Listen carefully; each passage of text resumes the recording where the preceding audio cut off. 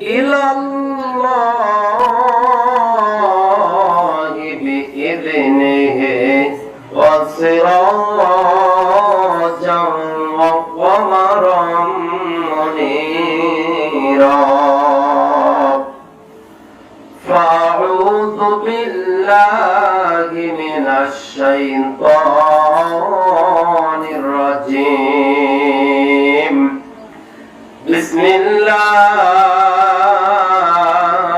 الرحمن الرحيم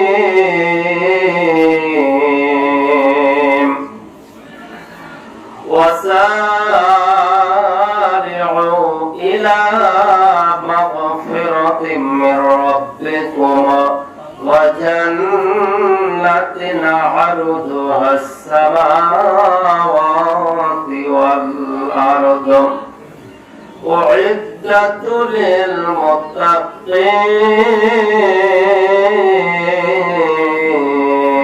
للمتقين. وقال تعالى في شأن حبيب إن الله وملائكته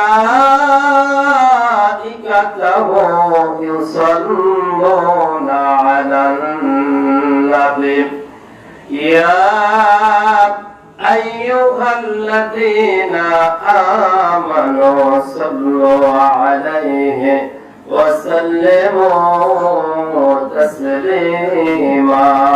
اللهم صل على سيدنا مولانا محمد وعلى آل سيدنا حبيبنا محمد. لا إله إلا الله جل لا إله إلا الله لا إله إلا الله لا إله إلا الله لا إله إلا الله. যার দিলে আছে আমার আল্লাহর ভয়, যার মনে আছে আমার আল্লাহর ভয়, আল্লাহ আল্লাহ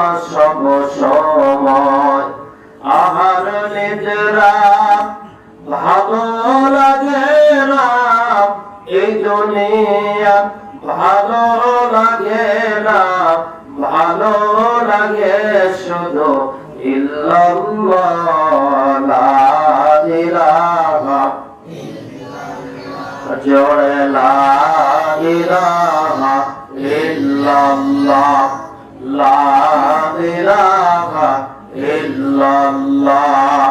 ফুলের গায়ে থাকলে মধু ভ্রমর যেমন আসে,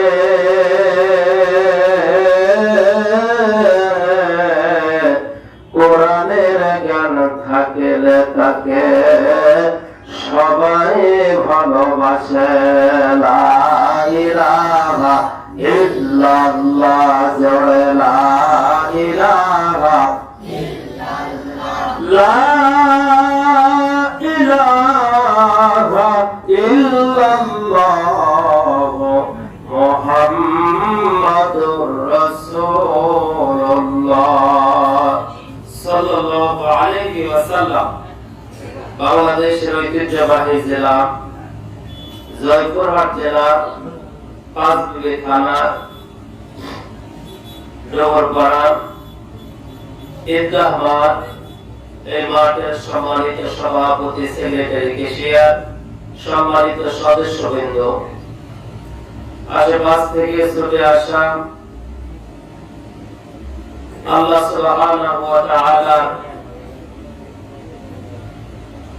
সম্মানিত পেয়ারা বান্দাবৃন্দ, রাসূলের উম্মাহ, আমার আত্মার আত্মীয়, প্রাণ প্রিয়, সম্মানিত রোজাদার ভাইয়েরা, সবার প্রতি হৃদয় নিংড়ানো ঈদুল ফিতরের শুভেচ্ছা। আসসালামু আলাইকুম ওয়া রাহমাতুল্লাহি ওয়া বারাকাতুহু। ওয়া আলাইকুম আসসালাম। সবাই কেমন আছেন? সবাই ভালো আছেন? একটি বছর পরে আপনাদের সাথে সাক্ষাৎ, মাঝে মধ্যে সাক্ষাৎ হলে খুব ভালো লাগতো, কি বলেন তাই না? এক বছর পরে সাক্ষাৎ, আসলে বেশি দেরিতে সাক্ষাৎ হলে মহব্বতটাও একটু গভীর হয়, মাঝে মধ্যে সাক্ষাৎ হইলে মহব্বত নাকি কমে যায়। তারপরেও আল্লাহ পাকের মেহেরবানিতে আপনাদের সাথে অল্প সময়ের জন্য কিছু কথা বলা এবং আপনাদের সাথে মুআমালাত মুআশারাত সাক্ষাৎ আমাদের পবিত্র একটি অনুষ্ঠান, আমাদের মুসলিম উম্মাহকে একত্রিত হওয়ার একটি ব্যবস্থা, ঈদুল ফিতর। ঈদুল ফিতরে আল্লাহ পাক আমাদেরকে আসা বসা, দুটি কথা শোনা এবং বলার তৌফিক দিয়েছেন।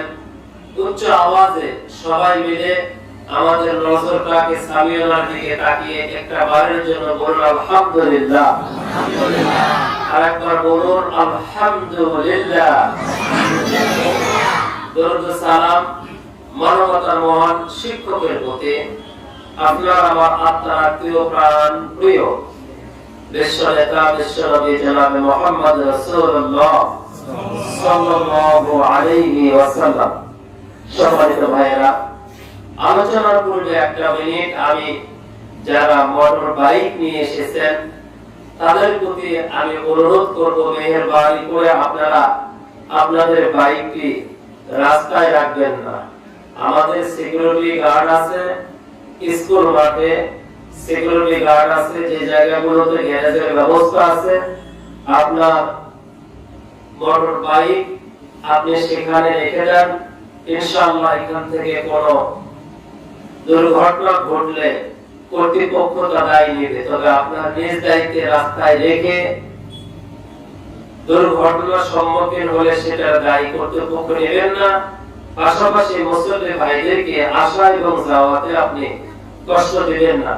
যারা রাস্তার পাশে বিভিন্ন জায়গায় মোটর বাইক ভ্যান রিক্সা রেখেছেন, মেহেরবানি করে আপনারা আমাদের নির্দিষ্ট জায়গা আছে সেই জায়গাগুলোতে আপনারা রেখে দেন।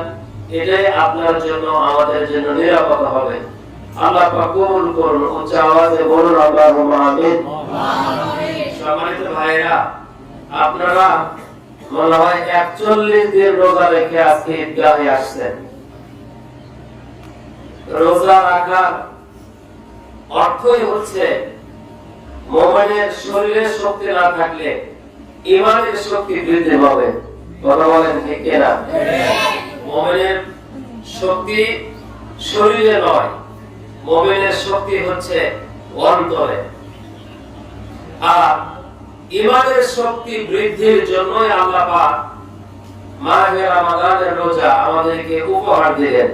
কিন্তু রোজা রাখার পরে যদি আমাদের আওয়াজ, আমাদের রিপ্লাই দেওয়া, কথা আদান প্রদান, এগুলো যদি একদম লো কোয়ালিটি হয়ে যায়, তাহলে এই রোজা সেই রোজা নয় যে রোজা আল্লাহ পাক আমাদেরকে দিতে চাইছিলেন। তার মানে এই রোজা শুধু আপনাদেরকে মনে হয় কষ্ট দেওয়ার জন্যই আল্লাহ পাক দিয়েছেন, কিন্তু এমনটা নয়।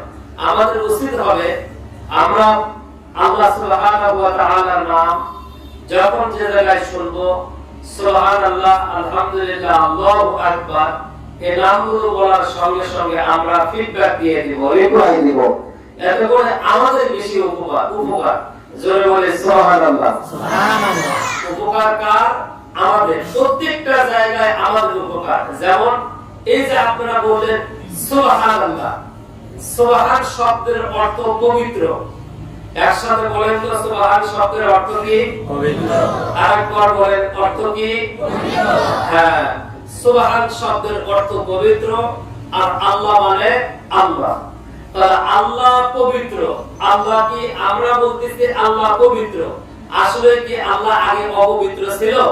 না, আল্লাহ পূর্বেও পবিত্র, এখনো পবিত্র, ভবিষ্যতেও পবিত্র। তাহলে আমরা আল্লাহকে পবিত্র বারবার বলি, ওয়াজ মাহফিলে গিয়ে বলি, মসজিদে গিয়ে বলি, ঈদগাহে গিয়ে বলি। আমরা যখন আমাদের ভালো বন্ধুদের সাথে কথা বলি, ভালো কিছু দেখলে প্রশংসায় আমরা উন্মাদ হয়ে বলি মাশাআল্লাহ, সুবহানাল্লাহ, আলহামদুলিল্লাহ। এই কথাগুলো যখন আমরা বলি, এই শব্দগুলো যখন উচ্চারণ করি, করার বিনিময়ে কি লাভ হয়? আল্লাহ রাব্বুল আলামিন বলেন, আল্লাহর কোন বান্দা সুবহানাল্লাহ যখন উচ্চারণ করে বলে আল্লাহ আপনি পবিত্র, আল্লাহ আপনি পবিত্র, এই কথাগুলো যখন কোন আল্লাহর বান্দা উচ্চারণ করেন, ঈদগাহ মাঠ থেকে, মসজিদ থেকে, মাদ্রাসা থেকে, ওয়াজ মাহফিল থেকে যখন উচ্চারিত হয়, আল্লাহ পাক ফেরেশতাদেরকে ডাক দেয়া বলে আমার বান্দারা 1000 বান্দা একত্রিত হয়ে আমারে পবিত্র বলতেছে, কারণ আল্লাহ আপনার প্রশংসা করে।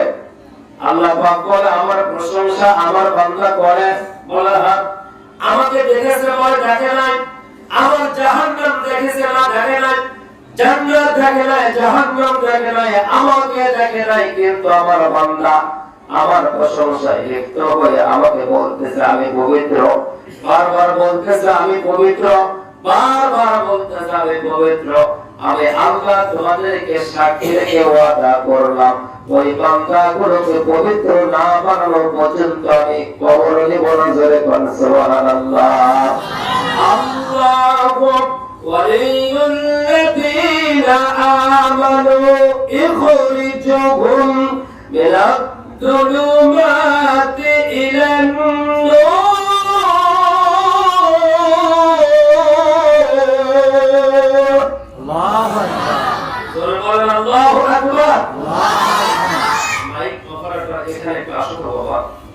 আল্লাহ পাক বলেন ওদেরকে পবিত্র করার দায়িত্ব হচ্ছে আমার, ওদেরকে পবিত্র না বানানো পর্যন্ত আমি আল্লাহ সুবহানাহু ওয়া তাআলা অন্ধকার কবরে ওদেরকে রাখ দিব না। আর একবার বলুন সুবহানাল্লাহ। সুবহানাল্লাহ। ওয়াদা কে করলেন? আল্লাহ। একসাথে বলেন কে করলেন? আল্লাহ। ওয়াদা করলেন আল্লাহ। আল্লাহর ওয়াদা কখনো মিস হয় না, মানুষের ওয়াদা মিস হয়। সম্মানিত হাজিরিন ইকরাম, এই উপস্থিতি, আল্লাহর ওয়াদা কখনো মিস হয় না, কিয়ামত পর্যন্ত আল্লাহর ওয়াদা মিস হবে না। আমার ভাইরা, আপনারা আরো বেশি খুশি হবেন, আল্লাহ রাব্বুল আলামিন আপনাদেরকে ঈদগাহ থেকে চলে যেতে বলছে। সুবহানাল্লাহ। আজকেই গতকালকে রাত 3টার সময় হাদিসটা পড়লাম, গাড়িতে আসার সময় এটা বের করে পড়লাম। আপনারা এই বইটা পাবেন, আত-তারগীব ওয়া তারহীব, ইসলামিক ফাউন্ডেশনে লেখা এই বইটা।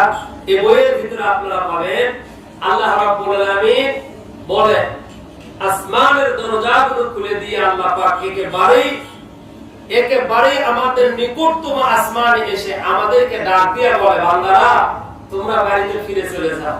সুবহানাল্লাহ, সুবহানাল্লাহ। তোমরা বাড়িতে ফিরে চলে যাও, তোমরা বাড়িতে ফিরে চলে যাও। আর বসে থাকা দরকার নাই। কেন বসে আছো? কি জন্য বসে আছো? বাড়িতে ফিরে চলে যাও। সুবহানাল্লাহ। আল্লাহ রাব্বুল আলামিন ফেরেশতাদেরকে আবার ডাক দিয়ে বলছে আমার ফেরেশতারা, এই সমস্ত বান্দারা ফজরের নামাজের পরে গোসল দিয়ে পবিত্র হয়ে আমার বান্দাগুলো ঈদগাহের দিকে সমস্ত কাজ থেকে ফারিক হয়ে রওনা দিয়েছে। আমার দায়িত্ব কি, আমার কর্তব্য কি? তখন আল্লাহ সুবহানাহু ওয়া তাআলার ফেরেশতারা বলে আল্লাহ আপনার দায়িত্ব কর্তব্য আপনি এই বিষয়ে ভালো জানেন। আপনার দায়িত্ব আর কর্তব্য হলো যদি কোন শ্রমিক তার সঠিক ভাবে শ্রম দিয়ে দেয়, সঠিক ভাবে সে কাজ করে যায়, তাহলে যিনি শ্রম নিয়েছেন ওই ব্যক্তির কাছ থেকে, কাজ নিয়েছেন ওই ব্যক্তির কাছ থেকে, ওই মালিকের দায়িত্ব হলো তার হক নষ্ট না করে পরিপূর্ণতার সাথে তার প্রাপ্যটা তাকে আদায় করে দেওয়া। এটা হলো তার মালিকের দায়িত্ব। আর যিনি কাজ করেছে, যিনি শ্রম দিয়েছে, ওনার হক হচ্ছে তার কাছ থেকে পরিপূর্ণতার সাথে কাজের মূল্য পাওয়া। আল্লাহ রাব্বুল আলামিন ফেরেশতাদের কাছ থেকে এই কথাগুলো শোনার পরে আল্লাহ রাব্বুল আলামিন ফেরেশতাদেরকে ডাক দিয়ে বলে, আমার ফেরেশতারা, রমাদানের চাঁদ ওঠার পরে আমার বান্দারা রোজা ধরেছে, রোজা ছাড়ে নাই। আমার বান্দারা ইফতার সামনে নিয়ে অপেক্ষা ওয়েট করেছে, বারবার ঘড়ির দিকে তাকিয়েছে, বারবার ঘড়ির দিকে তাকায়ছে। এরপরে আজান হয়েছে একটা মসজিদে, কিন্তু বান্দা ভয়ের ভিতরে থেকেছে অমুক মসজিদের আজান হয় না কেন। নিজেও ঘড়ি দেখে, আরেকজনকে ঘড়ি দেখতে বলে, আর 2-3টা গ্রামের আজান হওয়ার পরে আমার বান্দা ইফতার করে ফেলে। ইফতার করার পর ক্লান্ত শ্রান্ত শরীর টানিয়ে মাগরিবের নামাজে আমার বান্দা দাঁড়িয়ে যায়। মাগরিবের নামাজ শেষ করে অল্প সময় একটু শরীরটাকে জিরিয়ে সামান্য সময়ের জন্য আমার বান্দা একটু রিল্যাক্স নিয়ে, আমার বান্দা কিছু সময়ের জন্য রেস্ট নিয়ে আমার সালাতুল তারাবির নামাজের জন্য বান্দা আমার প্রস্তুতি নিয়ে নেয়। আমার বান্দা সালাতুল তারাবির নামাজ আদায় করলো, আদায় করার পরে ক্লান্ত শ্রান্ত শরীর নিয়ে বাড়িতে চলে আসলো। রাত 3টার সময় ঘুম থেকে জাগলো। জাগার পর আমার বান্দা সেহরি খাওয়ার পূর্বে 2 রাকাত করে 4 রাকাত নামাজ আদায় করলো। আমার বান্দা আমার কাছে 2 হাত তুলে আমার কাছে কিছু আবেদন করলো। সেহরি খাওয়া হয়ে গেল, আমার বান্দা এবার সালাতুল ফজরের নামাজ অংশগ্রহণ করলো। কিন্তু সময় ঘুমে তার শরীরটাকে আরাম দিয়ে আবার সেটি করলো, নিজের জমিনের কাজগুলো করলো। দুপুর বেলা আধা ঘন্টা সময় কোরআন তেলাওয়াত দিয়ে দিল। আমার ফেরেশতারা এইটা 1 মাস পর্যন্ত প্রতিনিয়ত প্রতিদিন প্রতি ঘন্টা প্রতি মিনিট প্রতি সেকেন্ড আমার বান্দা সময় নষ্ট করে নাই। এইভাবে আমার বান্দা আমাকে সময়গুলো দিয়েছে। আমার ফেরেশতারা, আমার দায়িত্ব হলো আমার বান্দাকে প্রাপ্য দিয়ে দেওয়া, তার বেতন ভাতা দিয়ে দেওয়া, তার পুরস্কারটা দিয়ে দেওয়া। কিন্তু আমি আল্লাহ থেকে পুরস্কার দেওয়ার পূর্বে জানিয়ে দিলাম ফেরেশতারা, আমার বান্দাগুলোকে বাড়িতে যেতে বলো, আমার বান্দাগুলোকে ঈদগাহে ওয়াইট করা দরকার নাই, অপেক্ষা করার দরকার নাই। ওদেরকে বাড়িতে যেতে বলো, ওদের সব আমলনামাগুলো আমি আল্লাহ লিখেছি, ওদের চোখের পানি আমি আল্লাহ গ্রহণ করে নিয়েছি, ওদের আশা আকাঙ্ক্ষা আমি আল্লাহ শুনেছি। ওদেরকে কিয়ামত থেকে বাড়ি দিকে যেতে বলো, ওদের মনের সকল চাহিদাগুলো আমি আল্লাহ জানি। হাত তোলা পূর্বে, নামাজ পড়ার পূর্বে আমি রব্বুল আলামিন ওদের মনের নেক আশাগুলো পূর্ণ করে দিয়ে দিলাম, ওদের জীবনের গুনাহগুলো মাফ করে দিয়ে দিলাম। আমি আল্লাহ রব্বুল আলামিন আমার বান্দার যত্ন হয়ে গেলাম। জোরে কন্না সুবহানাল্লাহ, আল্লাহু আকবার। আল্লাহ পাক বলে, ফেরেশতারা আমার বান্দাদেরকে বলো ওরা বাড়িতে চলে যা। ওরা ওয়াইট করে কার জন্য? ওদের চোখের সামনে ওদের প্রতিবেশী, ওদের বন্ধু বুড়ো আঙ্গুল দেখায়া বাজারে লাল পর্দা কালো পর্দা লটকায়া খাওয়া দাওয়া করেছে। ওরা শুধু চাতক পাখির মতো দেখেছে, মন খারাপ করেছে, কিছু বলতে পারে নাই। বললে উল্টে আবার প্রতিবাদ করবে, সেই জন্য কিছু বলতে পারে নাই, আফসোস করেছে। কোন যন্ত্রণার কষ্ট নিয়ে ওই জায়গা থেকে ফিরে এসেছে, করুণার সাথে বলেছে, কিন্তু কাজ হয় নাই। সেই বান্দাগুলো অপেক্ষা করে আমার কাছ থেকে ক্ষমা নিবে, আমি আল্লাহ তাদেরকে ক্ষমা না করে ঈদগাহ গেট থেকে বের করে দিব। এটা আমার জন্য লজ্জা, তাদেরকে আমি ক্ষমা করে দিলাম। সুবহানাল্লাহ।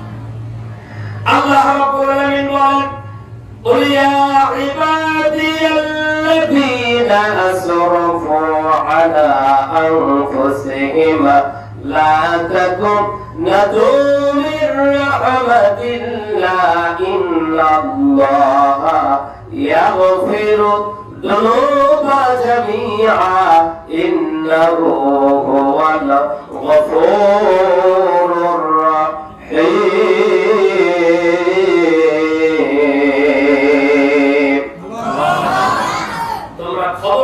কখনোই নিরাশ হবে না। আজকেও ফজরের নামাজে পূর্বে ফেরেশতারা আপনাদের বাড়িতে বাড়িতে, আপনাদের জানালায় জানালায়, আপনাদের প্রত্যেকটা চিপা চাপা গলিগুলোতে গিয়ে ফেরেশতারা আপনাদেরকে ডাক দিয়েছে। হাদিস শরীফের ভিতরে এসেছে, সুবহানাল্লাহ, আপনাদেরকে ডাক দিয়েছে।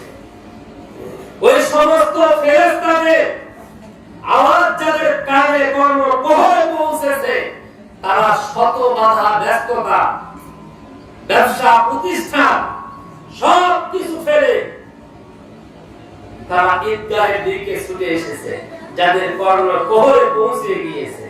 সম্মানিত ভাইরা আমার, হাদিস শরীফের ভিতরে এসেছে ফজরের নামাজের পূর্বে আল্লাহর ফেরেশতারা গলিতে গলিতে, চিপায় চাপায়, পাহাড়ে পাদদেশে, আঁকাবাঁকা নেরো পথে ফেরেশতারা করে ডাক দিয়ে বলে, যেরকম আপনাদের ধাপের হাট বাজার, কামদিয়া বাজার, আশেপাশে যে বাজারগুলো আছে, এই বাংলা বাজার সহ বিভিন্ন বাজারে আগের জামানায়, এখন তো মাইকিং করা হয়, আগের জামানায় ঢোল পিটা হতো।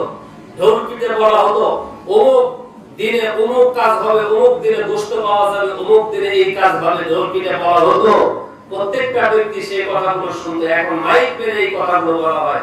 সম্মানিত ভাইরা আমার, আল্লাহ রাব্বুল আলামিনের হাবিব বলেন ফেরেশতারা সকালবেলা সুবহে সাদেক হওয়ার পূর্বে আল্লাহ রাব্বুল আলামিনের ওই সমস্ত প্রিয় বান্দাদের বাড়িতে বাড়িতে গিয়ে, তারা যে জায়গায় অবস্থান করে, তারা যে জায়গায় ঘুমিয়ে থাকে, তারা যে জায়গায় শুয়ে থাকে, অবস্থান করে, ওই জায়গাগুলোতে গিয়ে তারা নক করে আর বলে, ও আল্লাহর গোলামেরা, আজকে খবরদার ফজরের নামাজ যাইতে মিস করো না। আল্লাহর ফেরেশতারা গিয়ে বলে, খবরদার আজকে তুমি নামাজ মিস করবে না, নামাজ কাজা করবে না। আল্লাহ রাব্বুল আলামিনের ওয়াদা তোমাকে আল্লাহ পাক আজকে তোমার জীবনের অতীতকালে যে সমস্ত গুনাহগুলো তুমি করেছো, যে গুনাহগুলো করে কারো কাছে মূল্য পাও না, সম্মান পাও না, ইজ্জত পাও না, মাঝে মধ্যে তোমার বিবেকেও তুমি প্রশ্ন করে বলো, বিবেক বলো তো আমি কোথায়? তোমার বিবেকটাও বলে যায় তুমি জাহান্নামের কি পতঙ্গ হয়ে গিয়েছো। আমার ভাইয়েরা, ফেরেশতারা বলে, এই যে তোমার চিন্তা, এই যে নিজের প্রতি তোমার ঘৃণা, এই যে তোমার ধিক্কার, আমি আল্লাহর ফেরেশতা আল্লাহ পাক পাঠিয়ে দিয়ে তোমাদেরকে ডাক দিয়েছে, তোমরা ফজরের নামাজে অংশগ্রহণ করবা। অংশগ্রহণ করে ঈদগাহে তোমাদের স্ব স্থান থেকে তোমরা ঈদগাহে পায়ে হেঁটে গাইতে করে তোমরা রওনা দিবা। আল্লাহ পাকের ওয়াদা হলো তোমাদেরকে আল্লাহ পাক অতীতে যে গুনাহগুলো করেছো, এই গুনাহের বিনিময়ে আল্লাহ পাক তোমাদেরকে নেকি দান করবে। আর নেকি দান করে কেন হবে না? আল্লাহ সুবহানাহু ওয়া তাআলা বাকিটা জীবন তোমাদেরকে গুনাহের সাথে কোনো পরিচয় হতে দেবে না। বাকিটা জীবন আল্লাহ পাক তোমার গুনাহ মুক্ত জীবনের দায়িত্ব গ্রহণ করবে। জোরে কন্যা সুবহানাল্লাহ। কি পরিমাণ ভালোবাসেন আল্লাহ আমাকে, আপনাকে, আমাদেরকে। আরেকটি হাদিস আপনারা যদি শোনেন অত্যন্ত খুশি হয়ে যাবেন। সম্মানিত ভাইরা, যাদের স্টমাকের প্রবলেম, গ্যাস্ট্রোলজিতে যাদের প্রবলেম আছে, যাদের গ্যাসের প্রবলেম হয়, অ্যাসিড হয়, এই সমস্ত ব্যক্তিরা দেখবেন মেডিকেল ডাক্তারের কাছে গিয়ে মাঝে মধ্যে বলে যে স্যার, আমার মানুষের কাছে কথা বলতে পারি না, কেন? আমি বন্ধুদের সামনে যেতে পারি না, আমি চাকরি করি বলে, কিন্তু আমার নিচু যারা আছে ওই সমস্ত অফিসের স্টাফদের সাথে আমি আমার কথাগুলো শেয়ার করতে পারি না। তখন ডাক্তার বলে প্রবলেম কি?